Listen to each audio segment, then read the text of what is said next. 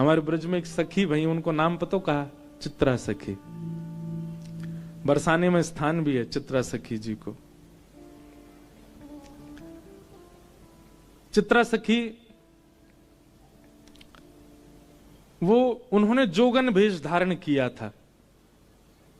उनका नियम था कि वे जब तक रहेंगी किसी पुरुष को देखेंगी भी नहीं, स्पर्श तो बहुत दूर की बात। चित्रा सखी जी ऐसे रहती थी। लेकिन उनका नाम चित्रा सखी इसलिए क्योंकि वो चित्र बनाने में निपुण, और यह सरस्वती की विद्या थी। उनको सरस्वती जी ने वरदान दिया था, जाको एक बार देख लेंगी, एक बार देखते ही यथावत वा को चित्र प्रकट कर देंगी।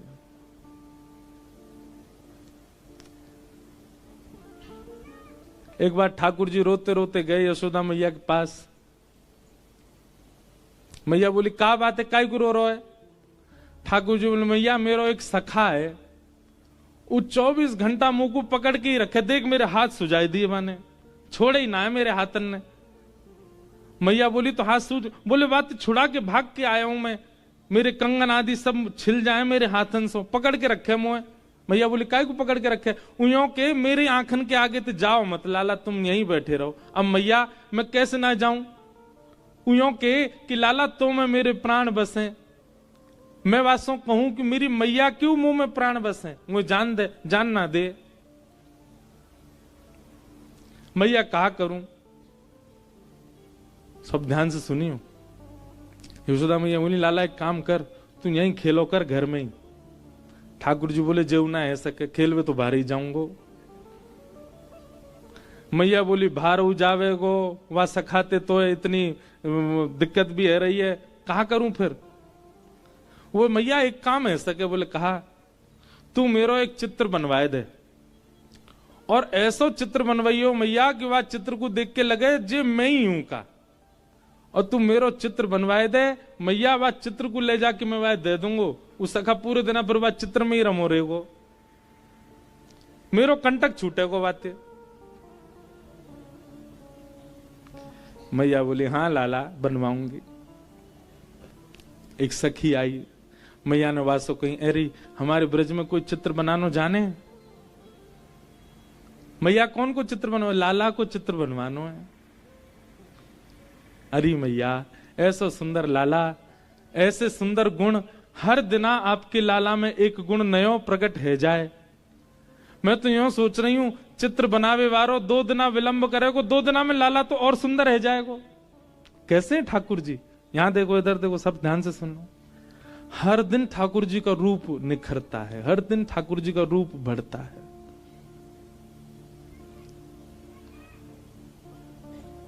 ना तो कोई को लेके आ। तब सखी ने कही, मैया एक चित्रा सखी नाम की सखी रे,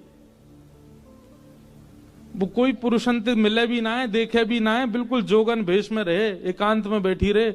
वाकई हमने यूं सुनी है, वाकु सरस्वती ने विद्या दी है, वाकु सरस्वती को आशीर्वाद है, वो एक बार जाकू देख ले, वाकु चित्र यथावत बना दे।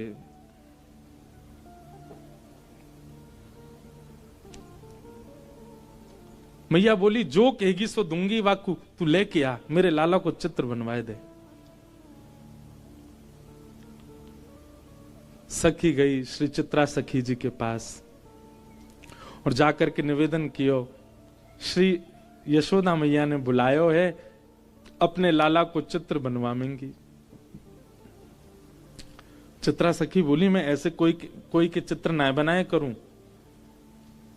ऐसे सबन के चित्र ना बनाऊं मैं, और मेरा कोई एक स्वभाव, मुंह को केवल सरस्वती जी की कृपा है मुंह पे चित्र बनावे की आज्ञा उनकी, बाकी ऐसा थोड़ी कि जो बनाया वही के चित्र बनाती रहूं।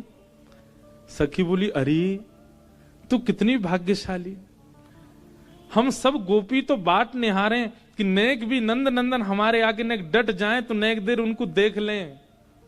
तू कितनी भाग्यशाली, तो को निहारवे को मिलेंगे, तो को खूब देर देखवे को मिलेंगे, और वाक्य बाद तू उनको चित्त में धारण करेगी, तब चित्र में बनेंगे। कितना बड़ा सौभाग्य तेरो, तेरी जगह हम चित्रकार होते, हम तो अभी जाते और जाके बना, ऐसा सुंदर उनको लाला, तू एक बार चल तो सही। चित्रा सखी बड़े बेमन से गई, उसका मन नहीं था।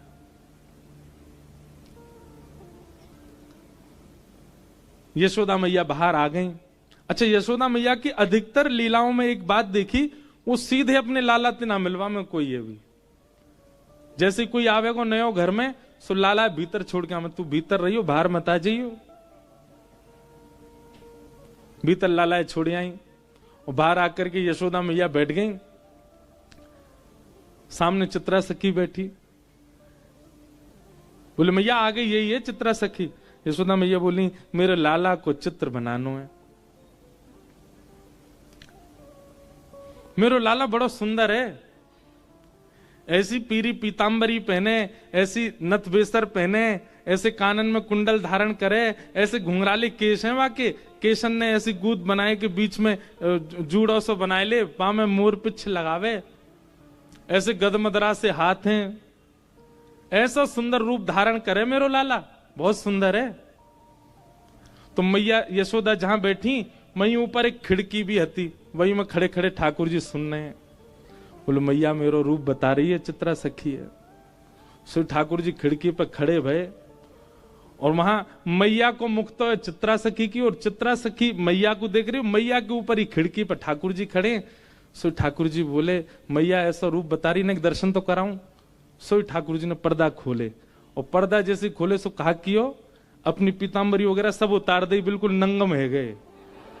मैया कह रही मेरो लाला तो पीतांबरी पहने, मेरो लाला तो गले में ऐसी माला पहने, मेरो लाला तो ऐसा। ठाकुर जी ने पर्दा खोलो, बिल्कुल नंगम नंगा। और चित्रा सखी देखे, मैया तुम्हारो लाला पीतांबरी पहने? हाँ, मुझे तो नंगम नंगा दिख रहा है। मैया जैसे पीछे देखा, सोई ठाकुर जी पर्दा लगा ले, तुरंत पीतांबरी पहन ली, गले में माला पहन ली, कानन में कुंडल पहन लिए। कन्हैया तुरंत खोल के आए सो पीतांबरी। हाँ मैया। चित्रा सखी को तो यही मन हर लियो ठाकुर जी ने। बोले ओहो, ये सामान्य नहीं है, ये साधारण नहीं है। हेरी तू तो यूं कह रही नंगम नंगा, देखो देखियो कैसी पीतांबरी पहन के ठाड़ो है। चित्रा सखी के नेत्र सजल हो गए, कहा कहूं। बार बार वह सखी को देखे जो लेके आई, वह सखी को मनी मन धन्यवाद कह रही है। अरे तेने पहले ना बताई, ये सुंदर श्याम मेरो लाला बड़ो सीधो है। एरी चित्रा ने सुन ले, बहुत सीधो बेचारो, इतनो भोरो इतनो भोरो। अच्छा मैया। इतने में ठाकुर जी पर्दा खोल के आए और दोनों हाथ लेके ठेंगा लेके और नृत्य कर रहे हैं, दो दतुइयां दिखा रहे हैं और मटक मटक करके नाच रहे हैं। चित्रा सखी करी हाँ मैया बहुत सीधो है। मैया पीछे देखे, सोई ठाकुर जी पर्दा कर ले। अरे लाला सोई में बिल्कुल। हाँ मैया। बोल मैया, कहा कह रही मैया? तू जो कहेगी मैया सो करूंगा, तू बता तो। चित्रा सखी बोली मैया वास्तव में सीधा हो तुम्हारो लाला। ठाकुर जी को जाके चित्त पे अपनो प्रभाव डालना हो ना, वह को अपने सब रस दिखा दे, और जाके चित्त को ठाकुर जी को कोरो ही छोड़ना हो ना, वह को श्री जी बाबा हर दिन एक जैसे ही लगेंगे।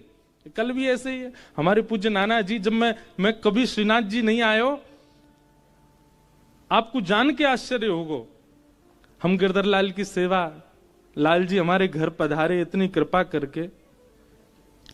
मैं 19 वर्ष की आयु में पहली बार नाथ द्वार आयो।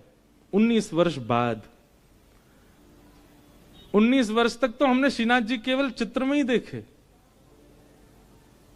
19-20 वर्ष की आयु में पहली बार आयो मैं, और तब से महाराज ऐसे पकड़े, लाल जी ने ऐसे पकड़े। हमें तो सुबह मंगला में अलग दिखे, सुबह मंगला में ऐसा अनुभव होवे कि लाला की आंख खुली ना है, गुसाई जी ने उठाई दिए, जमाई सी ले रो लाला।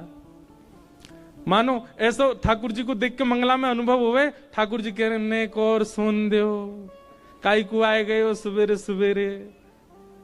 वहां समय लोग जय जयकार करें, घंटा घड़ियाल बजे, तो मुझे ऐसा लगे मैं लाला यूं कह रहूंगे, अरे भैया धीमे धीमे करो आवाज, अभी सो के उठाऊं मैं। सुबह को पद गामे ना, मोहन जागिए बलि जई हैं, लाला जागिए बलि जई हैं, मोहन जागिए बल जइए, लाला जागिए बल जइए। पीत रजाई दूर कर मुख ते, पीत रजाई दूर कर मुख ते, छाड़ दे अलसई लाला, छाड़ दे अलसई। यशोदा मैया ऐसे ना उठावे, कैसे उठावे? पहले सिगड़ी सिद्ध करे मैया, सिगड़ी सिद्ध कर दे, इतनी देर में दूध औटाए दे, लड्डू सिद्ध करे, और सबरी व्यवस्था लाला उठे वहां से पहले मैया सब व्यवस्था कर दे, दूध लेके जावे, लड्डू लेके जावे, सिगड़ी समीप रख दे, और वहां में पहले अपने हाथन को सेके मैया, और जब हाथ ने ताते ताते है जाए मैया के, तब रजाई के भीतर धीमे धीमे हाथ डाले और लाला के हाथन को, पामन को धीमे धीमे स्पर्श करे। लाला उठ जा मेरो लाला, हमारी तरह ना ठंडे शीतल बिल्कुल महाराज, बिल्कुल ऐसे हरे बर्फ। और वही तो ठाकुर जी उठाए के बैठा दिए, ठाकुर जी ठिठर जाते होंगे। यशोदा मैया से सीखो सेवा पद्धति तो। धीमे धीमे हाथन सो फिर लाला के पाम स्पर्श करे। आजकल की मैयान की तरह नहीं नीचे तो ही चिल्ला रही हैं, उठ जा सुबह है गई है अभी तक सो रहा है। हमारी मैया भी चिल्लाती कभी कभी बैठी। यशोदा मैया तो बड़ो भाव रखे, सबन की मैया यशोदा ही है। ठाकुर जी भी कभी कभी डांट खामे, सुबह सुबह ऐसा ना है। कई बालक बड़े विचित्र हैं, वो लीलान को सुन के अपनी मैयांती के देखे क्या कह रहे हैं महाराज जी, आप कैसे उठाती हो हमको सुबह, ऐसे उठाए करो, हाथ वाथ गर्म करके इत्र वित्र लगा के आए करो। अरे मेरे राज दुलारे उठ जा।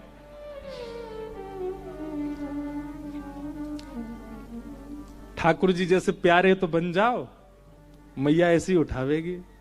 अब तुम बनने हो मधुमंगल तो दंडांत ही उठावेगी।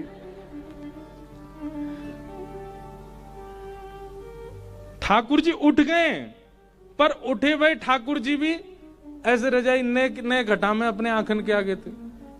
मैं उठूंगा तो मैया तुमको कहा देगी, अच्छा या में भी शर्त चाहिए लाला, कछु दूंगी तो ही उठेगो, नहीं तो नहीं उठेगो ना। मैया पहले बता मुझको कहा देगी। तेरे कारण श्याम सुंदर, तेरे कारण श्याम सुंदर, मैं नई मुरलिया ली हूँ लाला, नई मुरलिया। लाला देख तेरे काज नई मुरली लेके आई हूं मैं।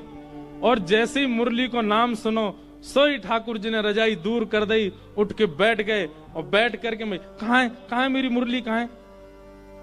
जैसे ही ठाकुर जी उठ के बैठे, मैया ने मुख से दूध लगायो, लड्डू खवायो, लई आरती उतार दी, है गई मंगला। उठ को लाला अब चल बैठो ही रहे, रजाई वजाई सब उठा के ले गई। ऐसे उठे ठाकुर जी। तो भोर के श्रीनाथ जी ऐसे लगे कि वास्तव में आलस में है भाई। श्रृंगार के बाद ठाकुर जी लगे नवे धुवे बिल्कुल राज दुलारे बन के आए हैं। उत्थापन में ठाकुर जी के अनुभव होवे, गैया चरा के आए हैं, गौ रज लगी हाथन में, गौ रज लगे मुख पे। और शयन में ऐसा अनुभव होवे कि ठाकुर जी के नेत्रन में नींद भर आई है। अगर ये भावना आपकी उत्पन्न हो रही है ठाकुर जी के दर्शन में नित्य नूतन नित्य नवीन, तो समझो ठाकुर जी ने आप पे कृपा करी है। कृष्णदास जी की जो पंक्ति है, सजल श्याम घन वरण लीन है, जाकू ठाकुर जी वर्ण कर लें, जाकू ठाकुर जी स्वीकार करें, वही को ही ये अनुभव है सके, सबको नहीं।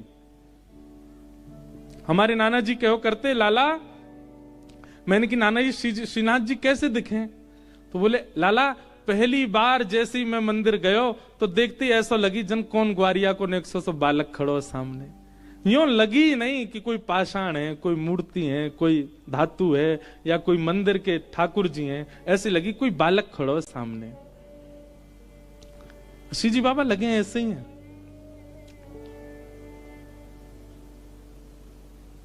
ऐसे लगेंगे कोई लाला खड़ो है, कोई बालक खड़ो है। ये अनुभव यदि है रहे हो तो इसको मतलब आप ठाकुर जी के प्रथम रूप को दर्शन कर चुके हो, जो कौन सा है? सत्य। चित्रा सखी को ठाकुर जी ने खूब सारे दर्शन कराए। मैया जैसे रूप को वर्णन करे, ठाकुर जी वास्तव विपरीत रूप धारण करके चित्रा सखी को दिखावे।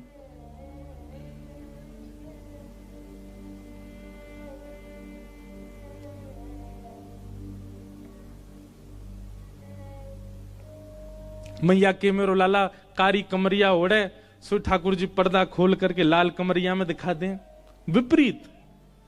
और जैसे मैया देगा सो कारी कमरिया पहना। इतनी झटपट अपना श्रृंगार बदल लें, उनकी बात तत्परता पे। मतलब चित्रा सखियों देख रही है कि ये कितने तत्पर हैं। मतलब मुंह को दिखावे के काज अलग श्रृंगार, और मैया देखेगी तो इतनी देर में ठाकुर जी दूसरा श्रृंगार पहन लें। मतलब ये रास नहीं है तो क्या? यही तो रास है। रास का मतलब क्या? कि ठाकुर जी आप पर कृपा करने के लिए बार बार वेश बदल रहे हैं, बार बार कोई लीला कर रहे हैं।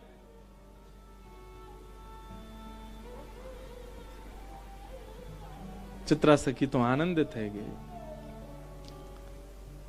हमारे पूज्य श्री मलुकपीठ वाले महाराज जी एक पंक्ति गामे, एक पंक्ति नहीं केवल एक लाइन गामे, और वो मेरे मन में ऐसी घर करके बैठ गई। मैं 24 घंटा सोचूं, या से आगे कहा, या से आगे कहा, खूब ढूंढो मुंह, कहीं मिलो ही नहीं। वो एक ही लाइन है, ये देखो श्याम, ये देखो श्याम, यही तो है मेरे जीवन प्राण। ये देखो श्याम, ये देखो श्याम, यही तो है मेरे जीवन प्राण। ये देखो श्याम, गाओ, ये देखो श्याम, यही तो है मेरे जीवन प्राण। ये देखो श्याम, ये देखो श्याम, यही तो है। क्यों शांत बैठे हो? गाओ। ये देखो श्याम, ये देखो श्याम, यही तो है मेरे जीवन प्राण। ये देखो श्याम, ये देखो श्याम, यही तो है मेरे जीवन। देखो, झूठ क्यों बोलूं? एक बात अपनी अंतरंग एक बात बताता हूं आपको। मुकु कई सारे भाव ठाकुर जी की लीला के या कोई पद लिखवे को भी, ये सब भाव पतो कवा में जब मैं स्नान करवे जाऊं, नहाते नहाते आमे ये पद बहुत दिनान से मन में चलो। वाराणसी कथा में भी ये पद चलता रहो बहुत दिन तक। मन हेरो यहाँ से आगे क्या, यहाँ से आगे क्या। तब स्नान करते करते कल मन में भाव आए कई, ठाकुर जी कैसे हैं, चित्रा सखी की स्थिति कैसी है गई है। अब चित्रा सखी निकली है नंद भवन से, अपने घर के मार्ग पे जा रही है, पर चलते चलते कहीं और पहुंच गई है। क्यों? अब वही कपाट खोलते बंद करते, कपाट खोलते बंद करते, बार बार श्रृंगार बदलते ठाकुर जी वाकु दिख रहे हैं। वो वन में देखे तो वन में दूर ठाकुर जी दिखाई दे रहे हैं। सरोवर देखे तो सरोवर में नहाते ठाकुर जी दिखाई दे रहे हैं। गौशाला गैया देखे तो गैया चराते ठाकुर जी दिख रहे हैं। और सब जगह गाती जा रही है, ये देखो श्याम, ये देखो श्याम, यही तो है मेरे जीवन प्राण। ये देखो श्याम, ये देखो श्याम, यही कैसे हैं? नैनाभिराम बंक मुस्कान, नैनाभिराम बंक मुस्कान, नैनाभिराम बंक मुस्कान, नैनाभिराम बंक मुस्कान, हे बोह मरोड़ लजावत काम, बोह मरोड़ लजावत काम। कैसे हैं ठाकुर जी? नैनाभिराम, नेत्र कैसे हैं? नेक कटाक्ष ठाकुर जी कोई के प्रति कर लें। एक बात याद रखियो, श्री ठाकुर जी के नेत्र कैसे हैं? कभी अगर ठाकुर जी सामने आगे कैसे पहचानोगे? जिनके नेत्रन को ये अंतिम छोड़ ने कानन की तरफ ज्यादा जा रहे हो, समझ जाइयो ठाकुर जी हैं। जिनके नेत्रन को ये अंतिम छोड़ पीछे तक खिंचो जा रहे हो। और सुनो, क्षमा मांगते भय, भारत के पड़ोस में एक देश है, वहां के लोगन के भी आंख ऐसे जामे, उन्हें मत सोच लियो पर उनकी आंख तो छोटी छोटी है जाए, पर ठाकुर जी के तो कमल जैसे दल हैं, बड़े बड़े नेत्र हैं। और बड़े बड़े नेत्रन में भी जो ये कटाक्ष हैं, ये ऐसे पीछे की ओर जा रहे हैं। हमारे श्री जी बाबा को देखो, गिरधर लाल जी के तो कैसे नेत्र ऐसे पीछे को जामे, यही को कह रहे हैं। और फिर शाम को गिरधर लाल जी को जब निहारो उत्सव में आके, तब भी गई हो, ये देखो श्याम, ये देखो श्याम, यही तो है मेरे जीवन प्राण। ये देखो श्याम, ये देखो श्याम, यही तो है मेरे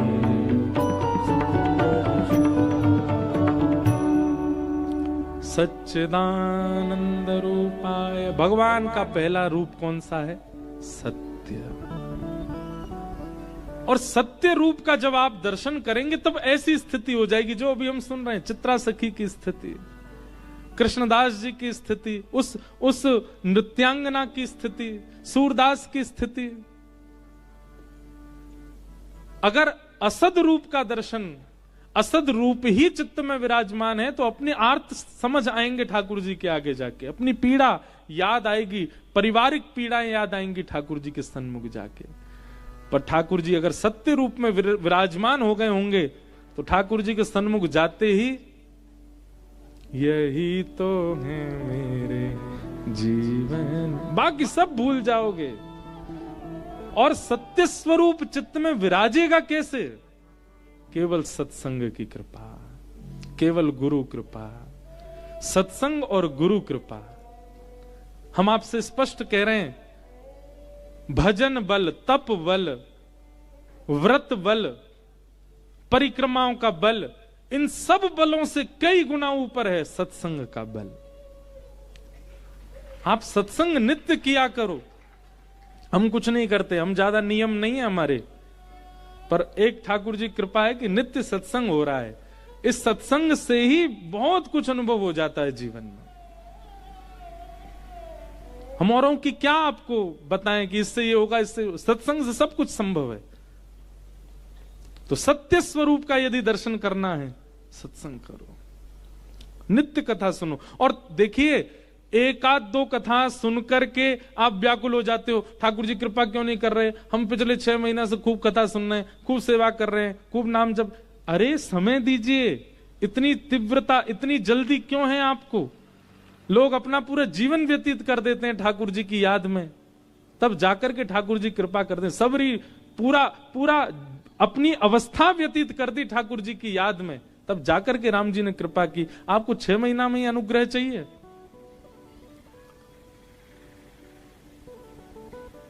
श्रम आप करो, फल ठाकुर जी पर छोड़ो। जब आपकी इच्छा हो ठाकुर जी दे देंगे। सत्य। ठाकुर जी का दूसरा रूप क्या है? चैतन्य। क्या है? चैतन्य। ठाकुर जी चैतन्य है। उनके प्रति जड़ भाव कभी मत रखो। एक प्रकार से यह भी है कि सत भाव में स्थिति तभी बनेगी जब दूसरा भाव आपके चित्त में होगा। क्या? चैतन्य। अगर आपका चैतन्य भाव है तो सत्य भाव अपने आप बन जाएगा। अगर चैतन्य भाव ठाकुर जी के प्रति नहीं है तो सत भाव लाना बहुत मुश्किल है। चैतन्य का मतलब क्या होता है? ठाकुर जी जड़ नहीं है, ठाकुर जी पाषाण नहीं है, ठाकुर जी मूर्ति नहीं है, ठाकुर जी धातु के नहीं है। ठाकुर जी चैतन्य, हमारी आपकी भांति चैतन्य है। और ये चैतन्य स्थिति केवल अपने ठाकुर जी में बन रही है तो भी गलत है, सब में बननी चाहिए। अरे कहां तक कहें, चित्र के ठाकुर जी जब देखो तो चित्र के ठाकुर जी में भी चैतन्य भाव आना चाहिए। एक बाबा रोने लगे चित्र देख करके, बोले कहा भयो मुझे बहुत पीड़ा लगे, काहे को? ठाकुर जी ऐसे पैक कर दिए, आगे ग्लास लगा दियो, पीछे फ्रेम लगा दियो, वहां में भीतर ठाकुर जी बंद कर दिए। बेचारे लीला करवे कैसे जाते होंगे, कांच फोड़ के तो जाएंगे नहीं। उनकी चैतन्य स्थिति है ठाकुर जी के प्रति चैतन्य। और एक बात यह निश्चित है कि चैतन्य स्थिति आपकी स्वतः अगर प्रकट होने लग जाए तो सेवा सीखनी नहीं पड़ेगी, सेवा आ जाएगी, अपने आप आने लगेगी, अपने आप भाव आने लगेगा। चैतन्य, ठाकुर जी के प्रति चैतन्य भाव रखो। और तीसरा फल है सत्य ठाकुर जी, चैतन्य ठाकुर जी, ये दोनों चित्त में यदि व्यवस्थित हो गए तो तीसरा फल मिलेगा। क्या? आनंद। आनंद की अनुभूति कराएंगे। सच्चिदानंद रूपाय विश्वोत्पत्त्यादि हेतवे। शाम को उत्सव में जबरदस्ती मत नाचा करो। एक बात हम निवेदन करें, पता चली कोई तेज रिदम का कोई भजन है, अब तो हमको उठना ही है, अब तो हमको नाचना ही नहीं, तब तक मत नाचो जब तक आपका रोम रोम कहने नहीं लग जाए कि नहीं नृत्य करना ही है। और यदि 7 दिन निकल गए और आप यूं सोचे महाराज जी रोम रोम कह ही नहीं रहे थे, पास में सरोवर है वहां में जाके कूद जाइयो, आपको रोम कह ही नहीं रहो कि नृत्य करो। दोनों बात है, जब तक रो कहे नहीं तब तक नृत्य करना नहीं, और रो कह नहीं रहा है तो भैया जाओ चुल्लू भर पानी में डूब जाओ। इतनी कथा है रही है, इतना सत्संग चल रहा हो, इतना बड़ा उत्सव, तब भी तुम्हारे रो फड़क नहीं रहे।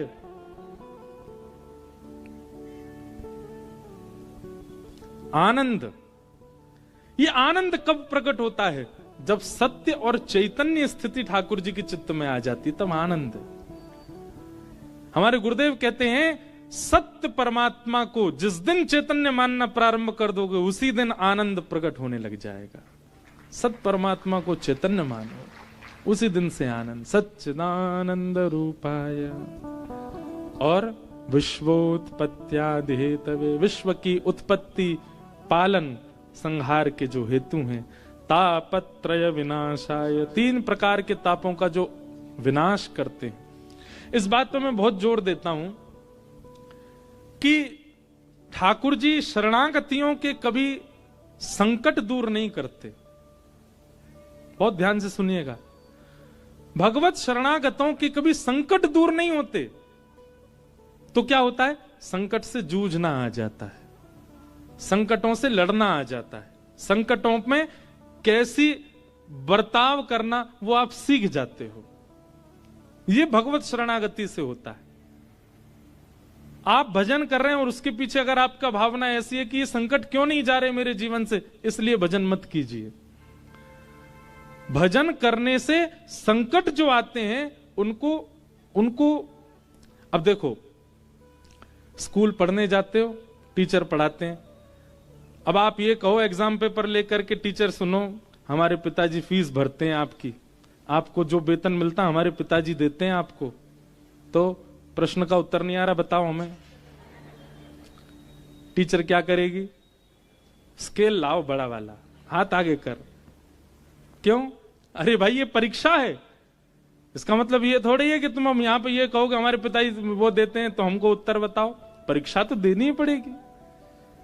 ऐसे ही ठाकुर जी से जब व्यक्ति करता है, रोज 1 लाख नाम जप करता हूं मैं, रोज अग्निहोत्र करता हूं ठाकुर जी, रोज परिक्रमा करता हूं, रोज श्रीनाथ जी सुबह मंगला करने जाता हूं, फिर भी मेरे को कष्ट दे रहे हो ठाकुर जी। तब फुटा ढूंढते हैं बड़ा वाला।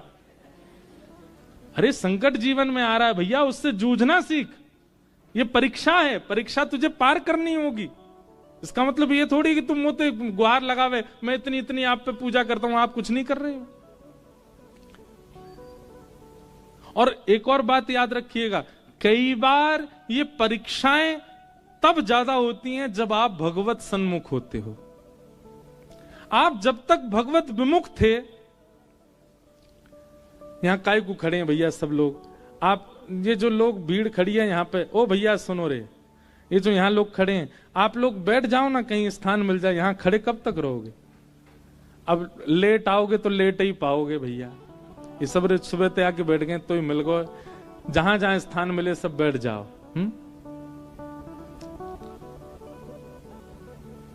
सच्चिदानंद, हाँ, तापत्रय विनाशाय। ठाकुर जी कष्ट दूर नहीं करते, ठाकुर जी कष्ट से जूझना सिखा देते हैं, कष्टों से लड़ना सिखा देते हैं, कष्ट का सामना, परीक्षा देना सिखा देते हैं ठाकुर जी। ये ठाकुर जी का स्वरूप है, ये ठाकुर जी का स्वभाव है। तो आप श्री जी बाबा के सन्मुख यदि हैं तो इसका मतलब है आप कष्टों से निवृत्त होना सीख जाओगे। कष्ट दूर नहीं होंगे, बुखार तो आएगा, खांसी तो होगी, संबंधों में दरार तो आएंगी, घर वाले आप पर अविश्वास तो करेंगे, पत्नी संदेह तो करेगी, पति के ऊपर शक तो बनेगा, बच्चे कहां नहीं मानेंगे। ये सब एक भक्त के जीवन में भी होगा। पर एक सामान्य संसारी व्यक्ति इन सब अवस्थाओं में जैसा व्यवहार करता है, भक्त का व्यवहार वैसा नहीं होगा। भक्त का व्यवहार सामान्य होगा, भक्त का व्यवहार भक्ति भाव वाला होगा।